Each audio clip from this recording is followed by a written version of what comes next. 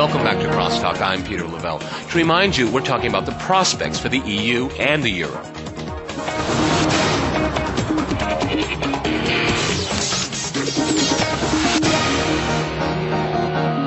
But before, let's see what currency Russians prefer to save their money in. 2 decades ago, when the euro was conceived, nobody expected it to go through anything like the current financial crisis. Now, many wonder what the prospects are for the currency and the entire European experiment. Even the idea of breaking up the currency zone has been mentioned. With the euro viability questioned, the currency is weakening. The Levada Center has asked Russians which currency they prefer. 46% of those polled say the Russian ruble. 19% opt for several currencies.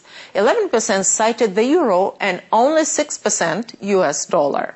Thus, the trust in ruble is growing while the euro's role is diminishing. Peter?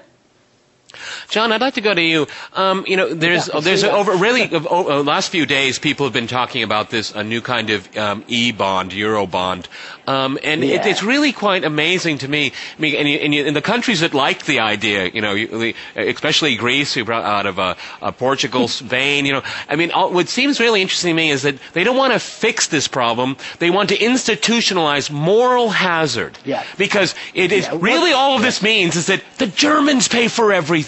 Okay? And no wonder the Germans are saying enough, because they made a political decision, and I think, everyone wants to feel happy about being in Europe, or past conflicts and all of this, and a terrific history in the past. Okay, we all agree on that. That's good. But why should the Germans have to continue to pay? Because it's a political decision. It's not an economic one. Sure.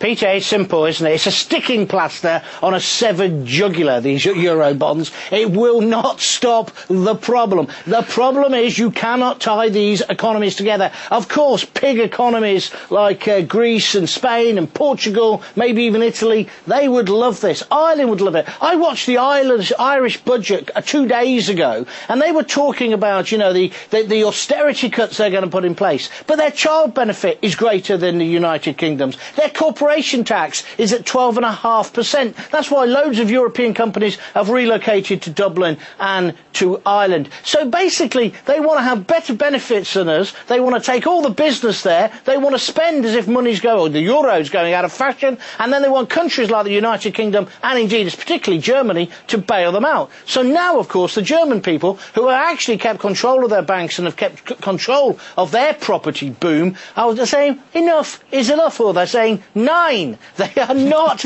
going to pay. And I can see, even though Germany were largely the architect of the European Union, I can see the German people turning against this. And of course it's a good idea. Of course we don't want to have more world wars or wars in Europe. That is good. But the bottom line here is they wanted to enforce currency equality across Europe and unity and union before political union. But the bottom line is, I don't think people in the UK want political union. We just want a trading relationship, and this is why it's doomed to fail. And I think within 5 months, certainly within 5 years, the euro will be no more. And I'll tell you something else. I think the European Union has got major problems. There needs to be a reform. They want to even increase their budget. There were 100,000 people protesting on the streets of Brussels 4 weeks ago, whilst inside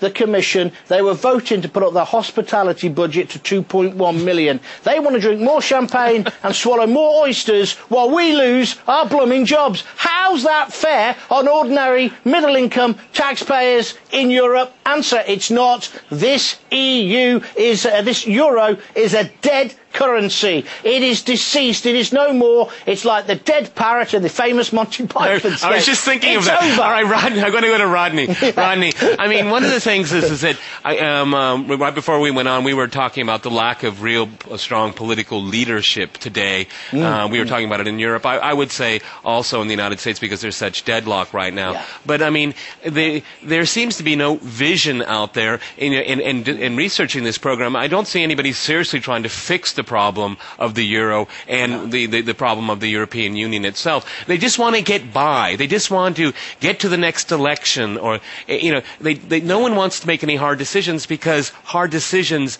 people have to be made responsible for. And I think all because of this whole experiment, austerity is going to be necessary in some ways, but it has to be more equitable, and that's not what we're getting. Well, they all just want to get by because of the underlying doctrine is that the free market always comes into balance. It's not a free market. No. They always say it comes into balance, therefore cling on, carry on as we are, and everything will be okay. But they just do not see what is the situation is built up. It's been built up since probably about the last 40 or 50 years. It's been accentuated by getting rid of legislative restraints like the Glass-Steagall Act. And on top of that, you've got computerization, and then you've taken all these massive trillions of derivative contracts which are actually outside the banking system. Put that all together and you're going into one awful large-scale crash. And that there are pygmy politicians in Europe. There's no one who is actually prepared to see that behind this is an out-of-control banking system and an arrogant elite. And unless you're prepared to stand up, say that, and for a start, stop the banks creating money and open up an interest-free loan supply for the real economy. And that was done under Roosevelt. It was done in Australia and Canada and New Zealand with great success. But then they gradually, in committees late at night, the banking lobby, trade associations started to change the thing so that today every government has to borrow interest. If I can just take one simple example. In the UK, we can generate 10% of our electricity supply by a huge scheme on the River Severn. Now, this old technology, no problem at all, creates a massive amount of work. And the government has just decided to scotch that project because they would borrow the money at interest from the banking system. And by the time the project was built, the cost of it would have gone to 3 or 4 times the original amount which is borrowed. In other words, they never ever repay it. And the compound interest has made the whole situation out of control. There must be a challenge on this practice of the private banks creating the money and endlessly putting on compound interest. So what would your solution be then, Rodney? I understand your criticism, but what would your solution be? Rodney, you want to fill that? Go ahead.